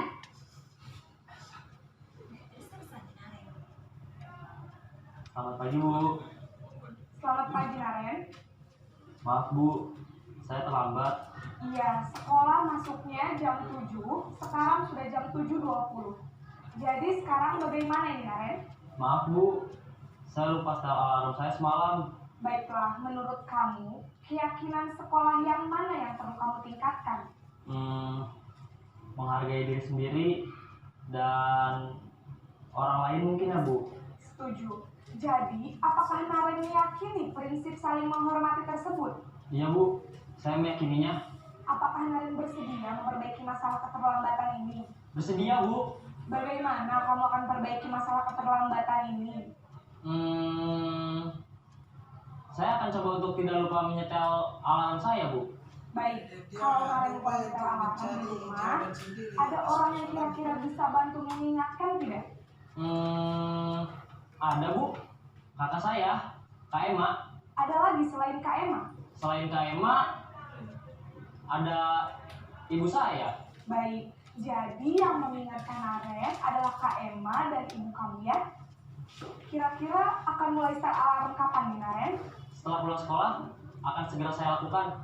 Baik, jadi Naren akan setel alarm untuk bangun besok pagi dan akan diingatkan oleh kakak dan ibunda Naren ya. Ada lagi yang mungkin perlu dilakukan, Naren? Agar tidak terlambat bangun lagi. Tidak ada, Bu. Baik, Naren. Terima kasih untuk kerjasama kamu. Sekarang kamu perlu kembali ke kelas untuk belajar. Baik, Bu. Terima kasih. Posisi manajer adalah posisi kontrol yang disarankan untuk membimbing murid memiliki sikap disiplin yang positif, yaitu murid yang mandiri, bertanggung jawab, dan dapat memecahkan masalah. Tujuan dari posisi ini adalah agar murid dapat berefleksi atas tindakannya. Guru akan dengan tulus memberikan pertanyaan-pertanyaan bermakna, sehingga membuat murid dapat belajar dari kesalahannya dan mencari sebuah solusi untuk menyelesaikannya. Ibu dan Bapak guru hebat, setelah mengamati adegan kelima posisi kontrol tadi, kira-kira posisi mana yang paling ideal? Posisi mana yang dapat menunjang motivasi intrinsik murid? Ya, tentu posisi manajer. Posisi ini memang posisi ideal yang ingin dituju setiap pendidik. Pada posisi inilah, guru dapat menerapkan disiplin positif yang berpihak pada murid, yang memerdekakan murid. Perjalanan seorang pendidik tentunya tidak mudah untuk sampai pada posisi seorang manajer. Namun, tujuan kita pasti, yaitu menciptakan murid-murid yang mandiri, merdeka, dan bertanggung jawab. Semoga penggambaran 5 posisi kontrol yang telah diperlihatkan ini dapat menjadi ajang refleksi bagi kita semua, agar dapat terus mengasah dan menerapkan disiplin positif yang memerdekakan murid. Mari terus berlatih dan bersemangat. Selamat menerapkan. Salam dan bahagia Ibu dan Bapak guru hebat. Iya. Jadi Bapak Ibu, kita sudah melihat 5 posisi kontrol yang tergambar jelas dari video pemaparan tadi. Tentu kita kembali merefleksi diri kita setelah melihat ini. Saya pernah lakukan posisi mana? Apakah saya pernah memposisikan diri sebagai penghukum, ya kan? Atau sebagai pemantau, atau pembuat merasa bersalah, ya? Atau kita pernah menjadi posisi manajer? Semua ini kita kembalikan kepada diri kita. Sudah tergambar jelas, kemudian berkaitan dengan mana yang paling ideal. Kalau posisi manajer memang agak berat Bapak Ibu. Artinya posisi ini karena membutuhkan yang namanya kesadaran, termasuk kesabaran juga atas apa yang akan kita lakukan itu. Sekali lagi kembali saya katakan bahwa ya ini bukan hal yang mustahil yang kita mulai tanamkan sejak dini. Kita pelan-pelan ajarkan kepada anak-anak kita agar mereka bisa menghargai dirinya, bisa menghargai nilai-nilai yang ada dalam dirinya. Ya, ini kata-kata yang paling sering muncul di posisi penghukum. Patuhi aturan saya, kamu selalu saja salah, selalu pasti selalu yang terakhir selesai dan seterusnya. Kemudian pembuat merasa bersalah, ibu sangat kecewa sekali dengan kamu. Berapa kali bapak harus memberitahu kamu ya? Gimana coba kalau orang tua kamu tahu kamu berbuat begini, ya kan? Ini mungkin atau paling tidak mendekati ini. Jadi kita membuat anak-anak menjadi merasa bersalah. Kemudian pada posisi teman, ayolah, kita ya, bapak ibu yang lebih paham ini, bantulah demi bapak kan. Ayo ingat, ingat tidak bantu bapak selama ini. Ya sudah, kali ini tidak apa-apa. Nanti ibu bantu bereskan. Itu kan posisi kita sebagai teman. Kemudian pemantau. Peraturan apa? Jadi pemantau ini lebih kepada menghubungkan sesuatu yang menjadi tata tertib atau kesepakatan kelas yang kemudian diarahkan kepada peraturan apa yang kamu langgar, apa yang telah kamu lakukan, sanksi atau konsekuensinya. Tadi yang saya katakan konsekuensi adalah sebuah kesepakatan, aturan yang menjadi kesepakatan dalam kelas misalnya, yang kemudian kalau aturan itu dilanggar, otomatis sudah tahu juga apa konsekuensinya. Nah, terakhir posisi manajer ini adalah posisi di mana guru membuat sesuatu itu bersama dengan murid, mempersilahkan murid mempertanggungjawabkan perilakunya seperti pada video tadi, mendukung murid agar dapat menemukan solusi atas permasalahannya sendiri. Seperti yang tadi dikatakan, kira-kira bagaimana kamu menyelesaikan ini? Oh, saya akan membuat alarm, ya kan? Jadi dia mencari solusinya sendiri.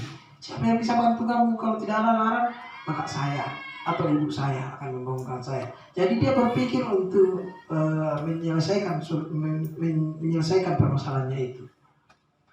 Apa yang kita yakini? Kembali ke keyakinan kelas. Apa kamu meyakininya? Jika kamu meyakininya, apa kamu bersedia memperbaikinya? Jika kamu memperbaiki, hal ini menunjukkan apa tentang dirimu? Itu kata-kata seorang manajer. Apa rencana kamu untuk memperbaiki hal ini? Ya kan, kalau dalam video tadi rencana untuk memperbaiki, saya akan memasang alarm. Kalau alarm tidak bagus, saya akan minta kakak saya membantu atau ibu saya membangunkan saya. Jadi tugas seorang manajer bukan untuk mengatur perilaku seseorang. Kita membimbing murid untuk dapat mengatur dirinya. Seorang manajer bukan memisahkan murid dari kelompoknya, tetapi mengembalikan murid tersebut ke kelompoknya dengan lebih baik dan kuat. Itu 5 posisi kontrol. Selanjutnya kita masuk di segitiga restitusi. Ini yang penting. Kita sudah pernah mendengar ini, kita sudah tahu ini. Ini gambarannya segitiga restitusi. Nama pertanyaannya, kenapa restitusi itu penting?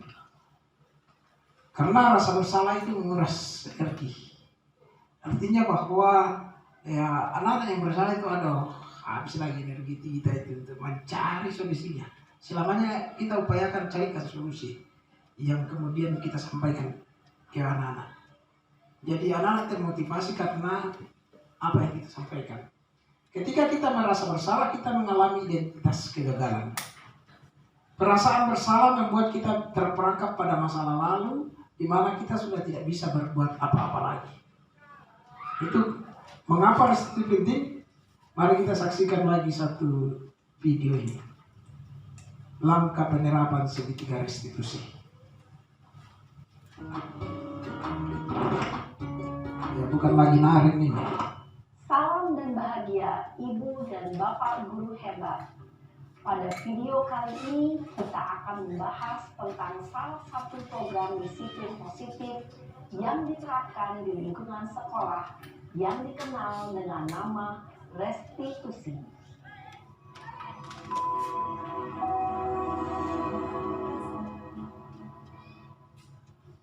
Restitusi dikembangkan oleh pakar pendidikan dari Boston, berlandaskan pada teori kontrol Dr. William Glasser.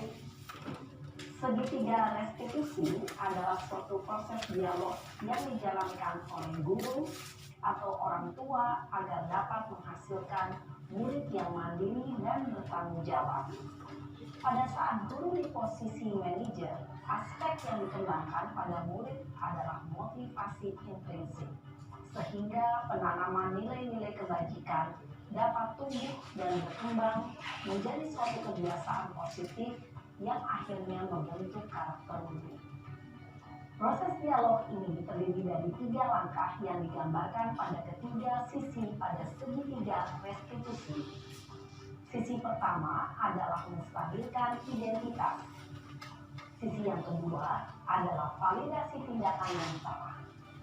Dan sisi yang ketiga adalah menanyakan keyakinan. Ibu dan Bapak guru, berikut ini akan ditunjukkan bagaimana seorang guru berada dalam posisi manajer menggunakan penerapan segitiga restitusi.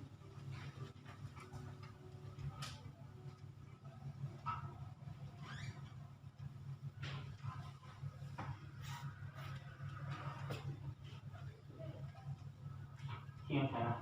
Ya Pak. Sudah lama nggak ketemu Sarah? Kenapa hari ini ada di sini? Kesel Pak, kesel banget. Aku balik katain Eka di depan kelas. Kesel banget. Oh begitu. Ya pasti kamu marah dan kesal. Bapak juga akan marah apabila ada yang menuduh Bapak seperti itu. Kemudian pada saat itu kamu mau melakukan apa? Ya saya langsung ngatain Eka lah Pak. Kesel banget. Saya bentak-bentak dia depan teman-teman lain. Oh begitu. Pasti kamu melakukan seperti itu karena suatu alasan tertentu bukan? Iyalah, masa saya diam saja Pak? Ya saya bela diri lah. Masa saya dituduh tukang fitnah? Ya wajar lah. Mempertahankan harga diri itu sesuatu yang penting buat kamu. Untung kamu tidak bertindak lebih gegabah lagi.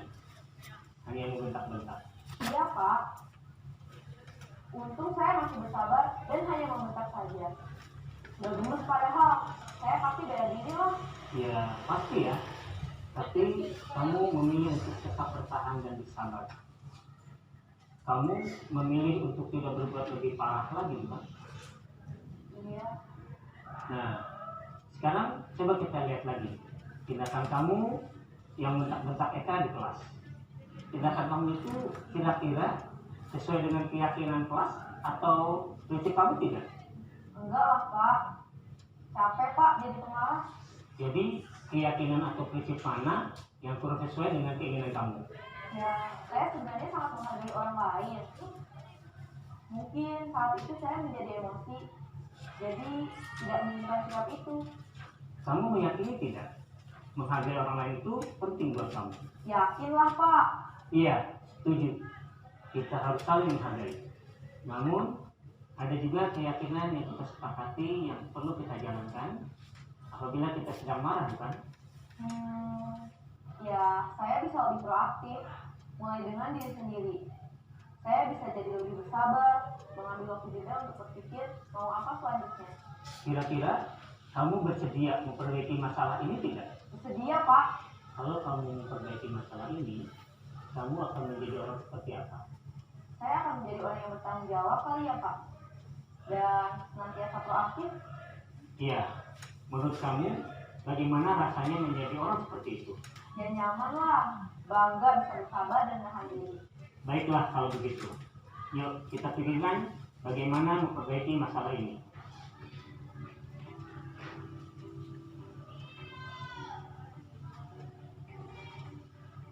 Ibu dan Bapak guru hebat.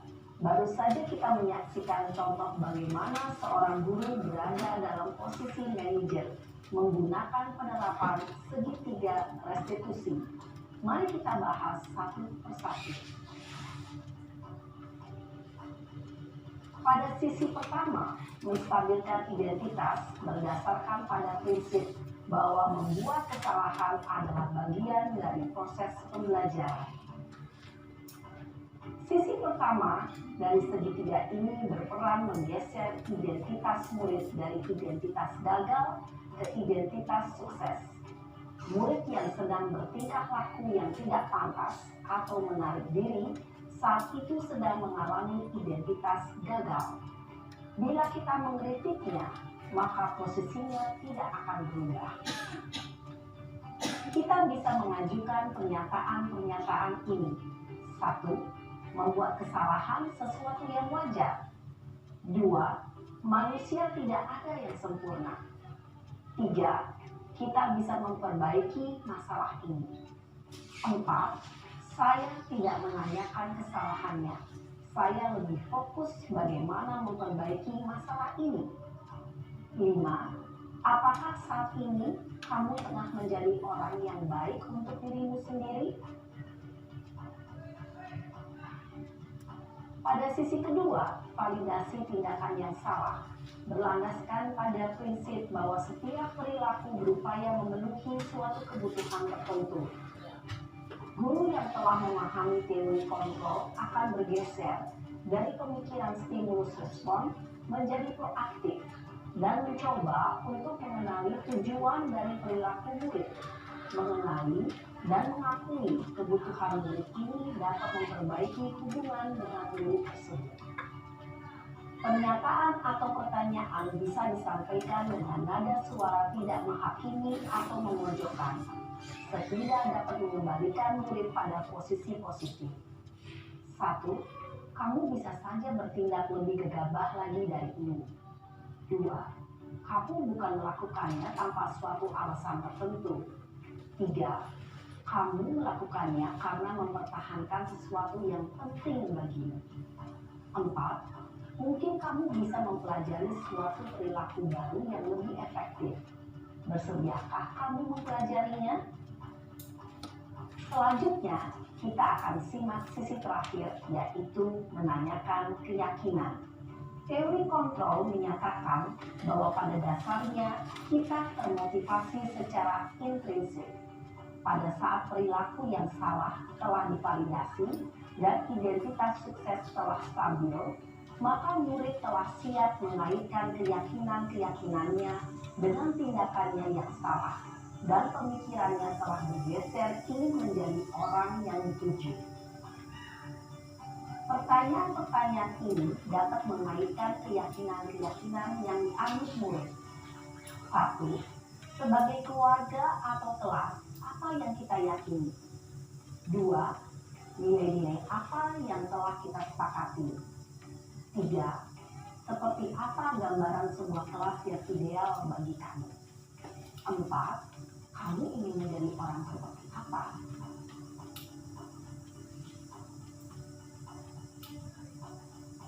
Dalam menerapkan segitiga restitusi, perlu diperhatikan beberapa hal, yaitu 1.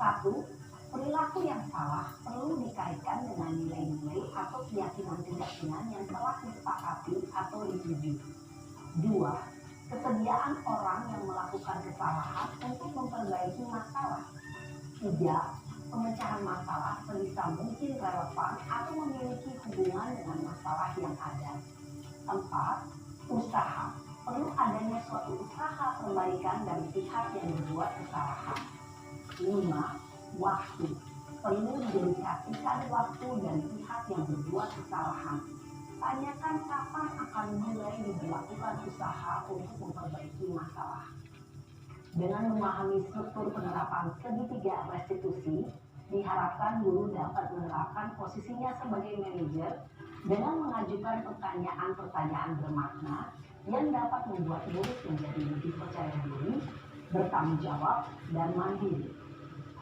Nah, Ibu Bapak Guru, perlu tidaknya mengikuti ketiga tahapan dalam segitiga restitusi bergantung pada ringan beratnya suatu permasalahan.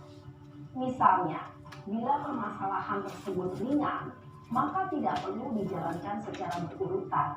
Bahkan bisa semudah menanyakan apa keyakinan yang kita sepakati. Dengan menjalankan segitiga restitusi, dengan mengajukan pertanyaan-pertanyaan bermakna, diharapkan murid menjadi lebih kuat secara pribadi, dapat membuka wawasan murid agar dapat menyelesaikan permasalahannya sendiri, semakin percaya diri, mandiri, dan merdeka. Salam dan bahagia, Ibu Bapak Guru hebat. Ya, baik. Jadi itu tadi langkah-langkah penerapan segitiga restitusi. Sekali lagi, pertama posisi kita adalah posisi manajer. Bagaimana kemudian posisi manajer itu dalam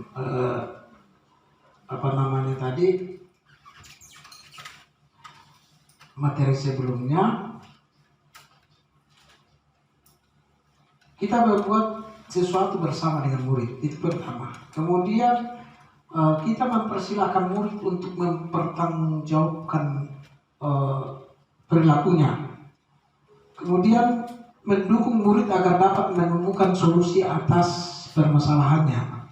Jadi yang pertama tadi misalnya menstabilkan identitas, ya kan? Pada posisi yang pertama ini menstabilkan identitas, tidak kelihatan ya. Ini contohnya misalnya tidak apa-apa, setiap orang pernah berbuat salah dan kamu bukan satu-satunya misalnya kan, kamu bukan satu-satunya yang pernah melakukan kesalahan. Kemudian memvalidasi tindakan yang salah, ya. Anak tersebut sampai bisa berbuat salah hal yang mendasarinya apa, sehingga anak bisa berbuat kesalahan dan akhirnya dapat menanyakan keyakinannya. Misalnya, ya karena kita sudah membuat keyakinan apa yang kamu lakukan itu sesuai dengan keyakinan kelas kita atau tidak. Keyakinan kelas apa yang sudah kamu langgar ketika kamu melakukan hal itu, ya kan? Ketika kamu sudah melakukan perbaikan, kamu ingin menjadi seperti apa misalnya. Kemudian menstabilkan identitas, berbuat salah itu tidak apa-apa, ya kan? Marah itu tidak apa-apa. Tidak ada manusia yang sempurna, kita bisa menyelesaikan ini. Dalam tahap ini bukan berarti kita membenarkan kesalahan anak, tetapi kita mencoba menstabilkan dulu identitas anak itu sehingga dia tidak menjadi drop atau terpuruk atas kesalahannya itu. Anak-anak kan kalau sudah dipanggil ke ruang BK pasti ada ide, asumsinya sudah pasti lain. Kemudian validasi tindakan yang salah, kita yakini bahwa setiap anak itu melakukan hal apapun pasti punya alasan atau pasti punya tujuan. Mungkin mereka ada kebutuhan dasarnya yang tidak terpenuhi atau ada faktor lain. Di sini peran kita guru harus bisa memvalidasi tindakan yang salah itu. Bukan hanya fokus pada konsekuensi dan hukuman, ya kan? Misalnya kalau bertengkar dalam kelas kan identik dengan perbuatan tercela atau kesalahan. Tapi sebenarnya kita harus tahu apa tujuannya anak ini melakukan kesalahan ini. Kalau asumsi kita itu adalah sebuah kesalahan, ya kita harus tahu apa yang membuat anak ini membuat kesalahan. Karena setiap tindakan anak itu pasti punya tujuan sebenarnya. Sehingga kita harus seorang guru kita harus mampu mengidentifikasi itu. Lalu kita kemudian menanyakan keyakinan. Apa kamu yakin? Dan seterusnya. Jadi keyakinan kelas yang sudah kita buat, ya tentu kita buat dulu keyakinan kelas yang kata-kata universal tadi. Nilai-nilai apa saja yang sudah dia langgar dan akan menjadi apa, seperti apa tersebut kelak. Kalau kita kaitkan dengan keyakinan kelas. Jadi itu Bapak Ibu,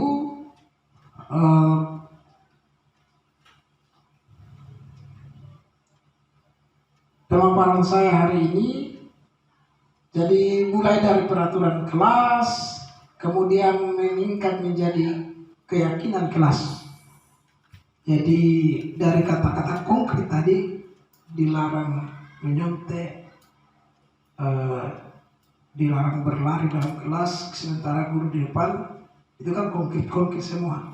Tapi kalau bahasa keyakinan kelas, menghargai teman, dia cenderung universal, sehingga keyakinan kelas ini bisa membuat anak-anak, oh iya, ini kalau kita lari-lari dalam kelas, oh kita tidak mengganggu teman, dan seterusnya. Kemudian dari keyakinan kelas itu kemudian lingkungan positif menjadi lebih baik. Jadi lingkungan kelas, lingkungan belajar, lingkungan sekolah menjadi lebih positif. Karena muncul semua dari dalam diri anak-anak. Dan yang terakhir, kalau ini secara bertahap konsisten kita jaga, ini akan menjadi budaya. Maka jadilah budaya positif.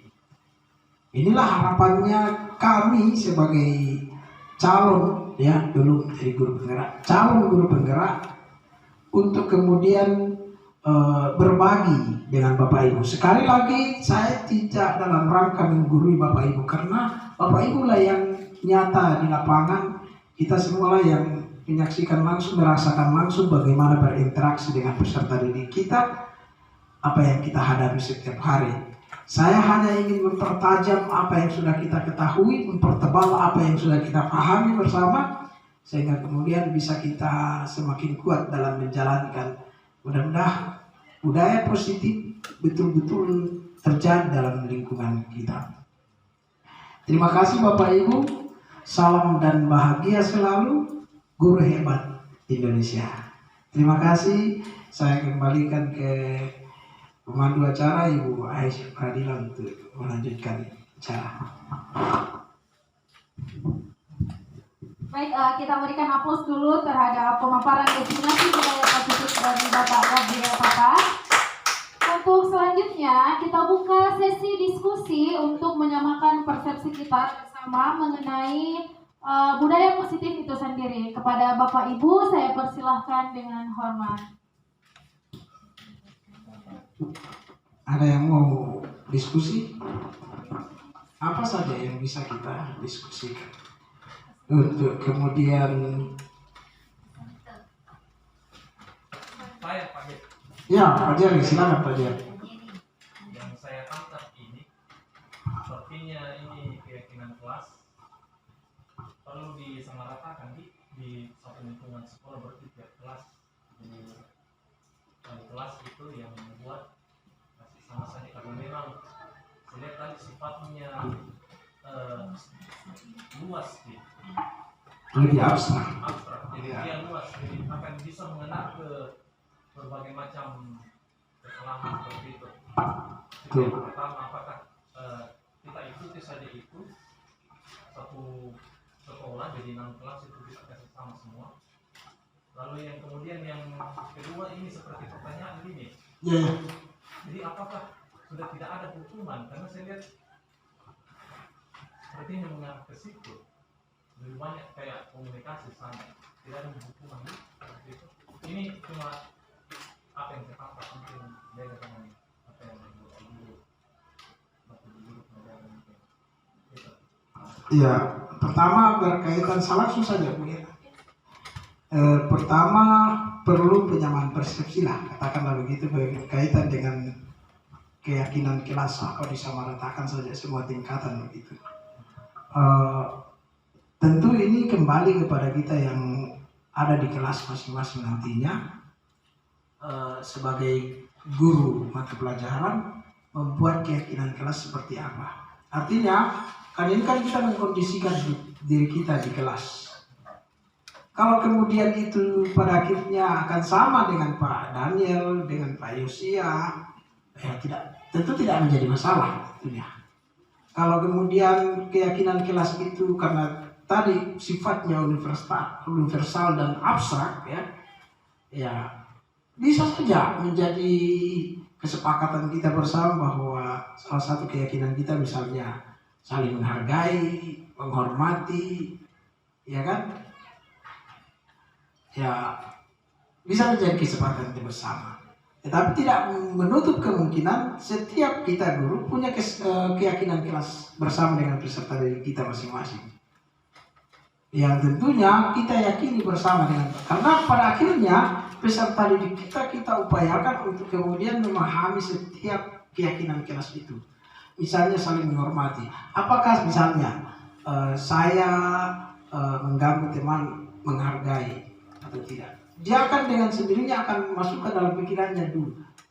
Tidak kemudian kalau kesepakatan kelas tidak mengganggu teman, otomatis konsekuensinya kalau mengganggu teman pasti ada konsekuensi kalau kita kesepakatan kelas. Atau apalagi kalau bisa hukum yang Jadi pada akhirnya Pak, itu yang pertama berkaitan dengan keyakinan kelas mungkin perlu apakah kita samakan persepsi semua. Kemudian apakah sudah tidak ada hukuman?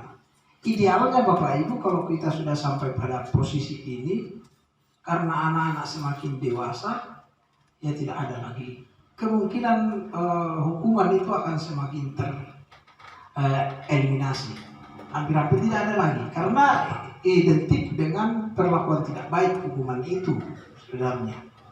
Anak-anak akan terpuruk, perlakuan terpuruk kepada peserta didik kalau ada hukuman. Tetapi untuk sampai pada tahapan itu Pak, ya memang itu tadi bertahap. Tidak bisa kita dengan semudah membalikkan telapak tangan untuk sampai pada tahap itu.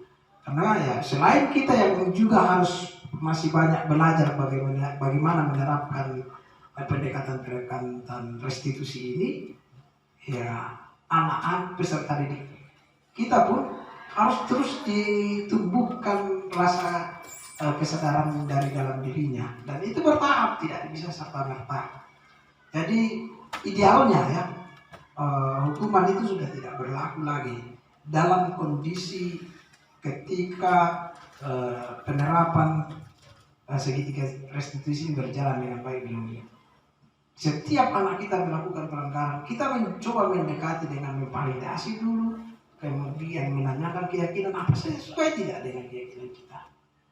Ya seperti gambaran dalam video tadi, Naren itu dia kan tidak lagi dihukum. Beda pada saat pertama sekali video pertama itu lari keliling lapangan basket itu. Tetapi pada posisi manajer nantinya ya tidak ada lagi kemudian, karena anak-anak kemudian meyakini apa yang akan dia lakukan untuk menyelesaikan masalahnya. Jadi kita berharap sudah tidak ada lagi hukuman. Siapa mau dihukum, ya kan? Itu.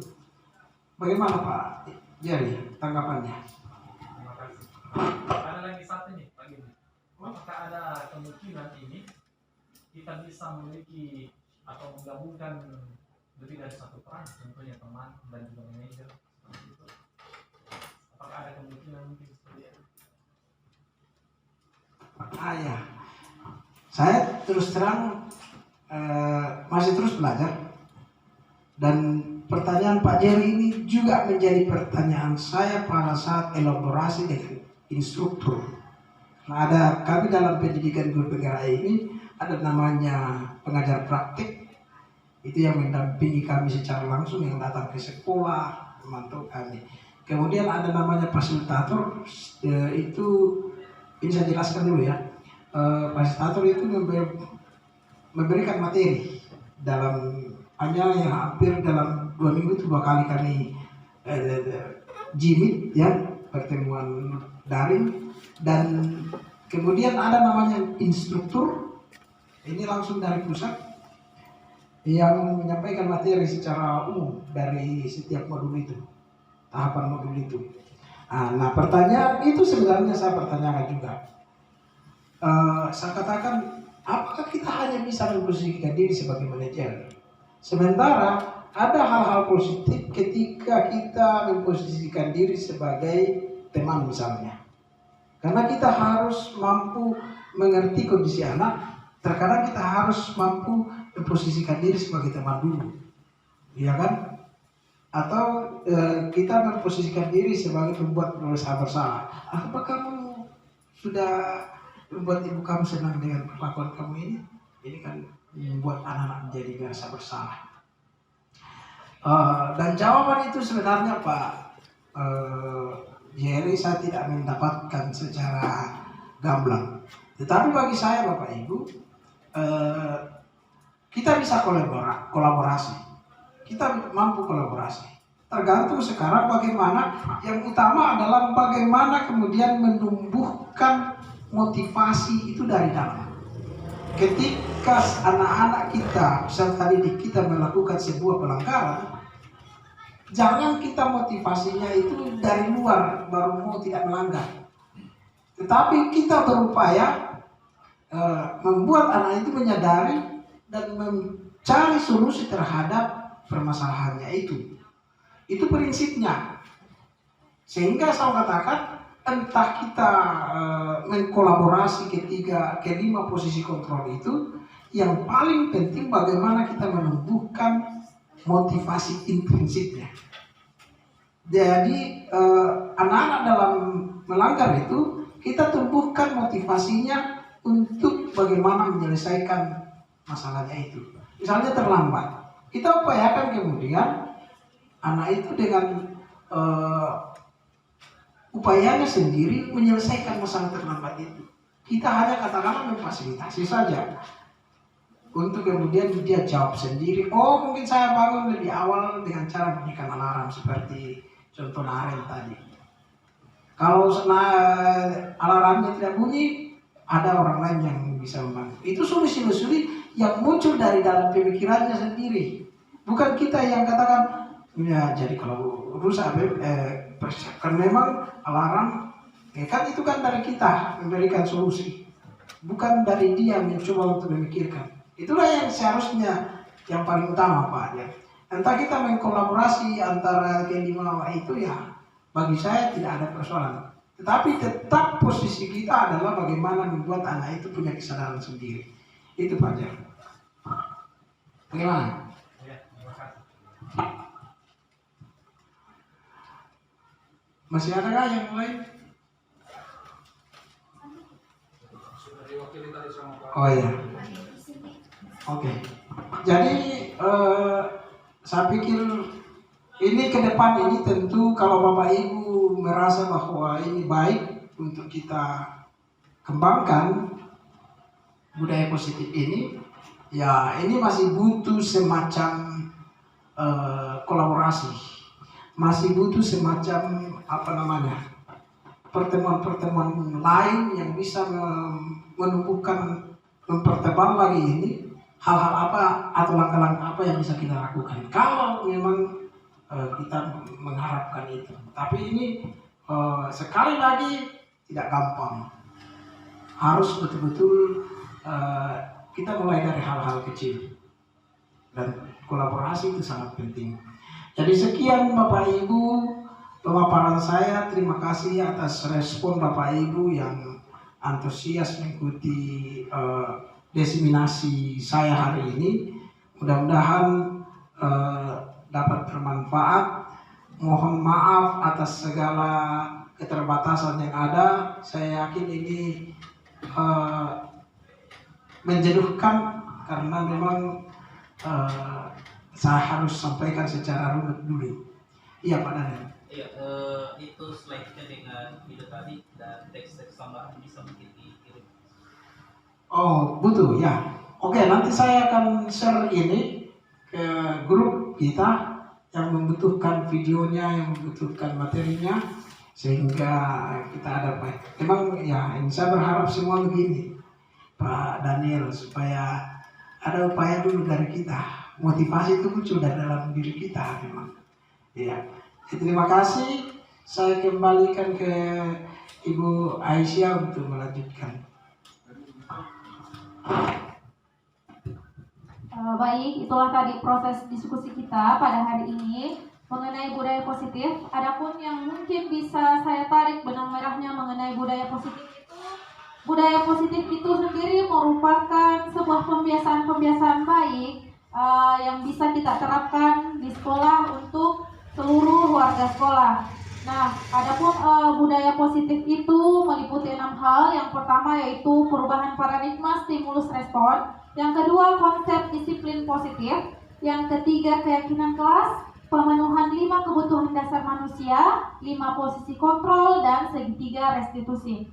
Baik Bapak Ibu, kita sudah berada di penghujung acara kita pada hari ini. Semoga apa yang sudah disampaikan oleh Bapak Gabriel tentang budaya positif ini bisa kita sama-sama terapkan di sekolah kita untuk sekolah kita lebih baik ke depannya. Saya ucapkan terima kasih dan selamat siang.